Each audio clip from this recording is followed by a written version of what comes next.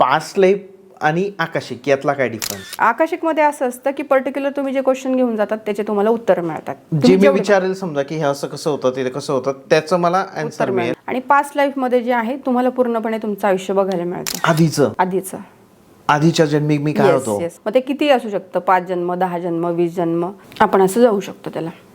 एखादा आजार आहे तो तुमचा पास्ट लाईफ मधून तुम्ही घेऊन आलेले आहात, इथे खूप औषध पाणी करता आहात, सगळ्या गोष्टी सगळ्या अँगलने तुम्ही त्याला क्युअर करण्याचा प्रयत्न करत आहात, पण तो होत नाहीये, तर त्याचं आन्सर कुठेतरी तिकडे तुम्हाला मिळू शकतं आणि 100% मिळतं आणि तिथे तुम्हाला सोल्युशन पण मिळतं.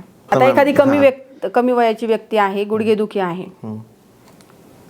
त्याला हिप्नो हिल प्रकार म्हणतात. Hypno hill. ओके. तुम्हीच तुमचा आजार बरा करा ना तुमच्या पास्ट लाईफ. येस होतं.